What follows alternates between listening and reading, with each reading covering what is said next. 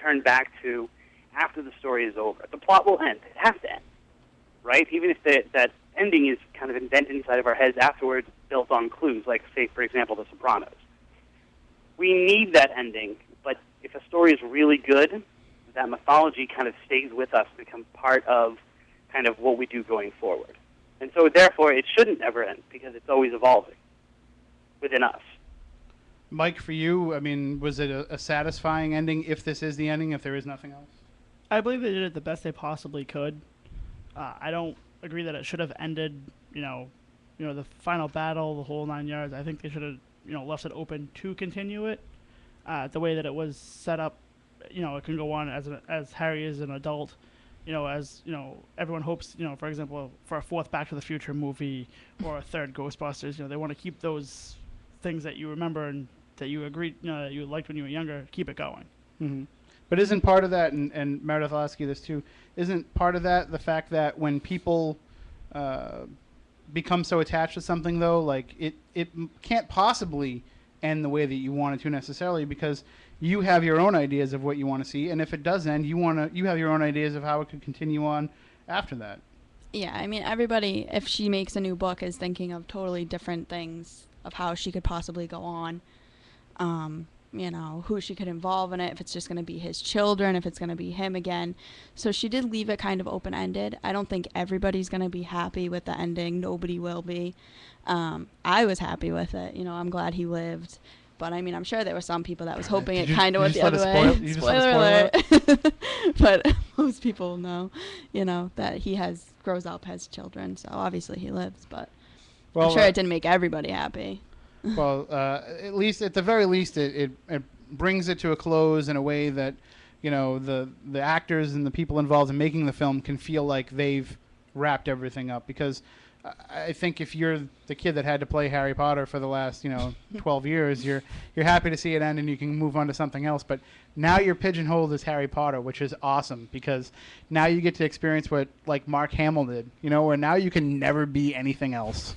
So, good thing you made all that money when you did, Dan, because you're done. And it's also, and of course, Elijah Wood would be someone who has kind of broken that mold, because, I mean, he is Frodo, but he's picked such odd roles after it that he's really kind of broken that Frodo curse, and if you will. I think I'm not commenting, obviously, on his new show, which seems kind of wacky. I haven't seen it yet. But, it's amazing. You have to see it. Are you joking? Are you being sarcastic? No, it is awesome. I went into it fully preparing to hate it, but it is hysterical. But, and it's important to remember that for J.K. Rowling, it had to end because she started with the ending. So she actually knew what the final scene was before she knew anything about Harry himself. So the very first thing she wrote, other than I think the very first line of the book, which was, something like, under the stairs lived a kid with a mark on his head or something like that. She had the last line of that book written before she had almost anything else. So she knew that there was an ending, and it was all building up to it. So it's one of those odd cases where, the writer, 7 and thousands of pages ahead of schedule knows kind of how it's going to end. It's all building up to that point. I wish we could do that with our book.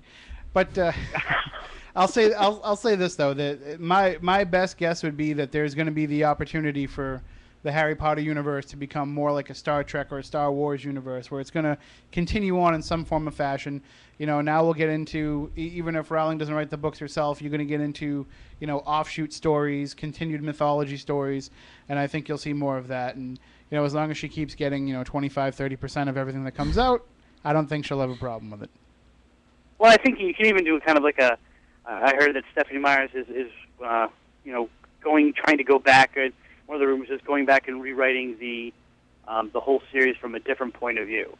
So maybe that might be something that she's going to explore, is like, how did someone who's on the periphery of this, or even on the bad side of this, how did they live through the Harry Potter years? Potter years. Can I say one thing that really aggravated me about the movie? Sure, go ahead. Okay.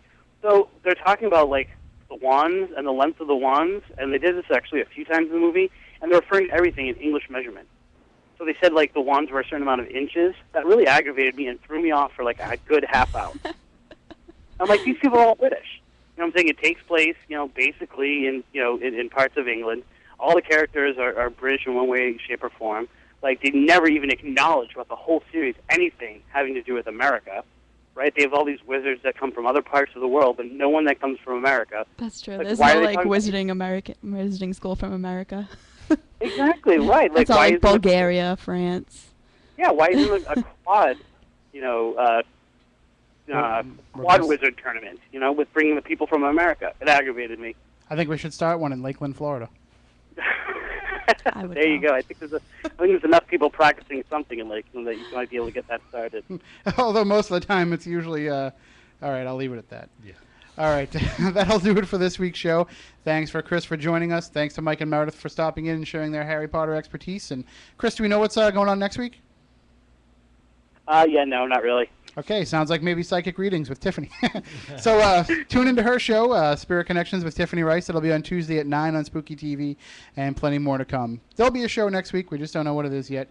So until then, for Matt Moniz, for Matt Costa, for Chris Balzano, for Mike, for Meredith, I'm Tim Weisberg. We want you all to stay spooktacular.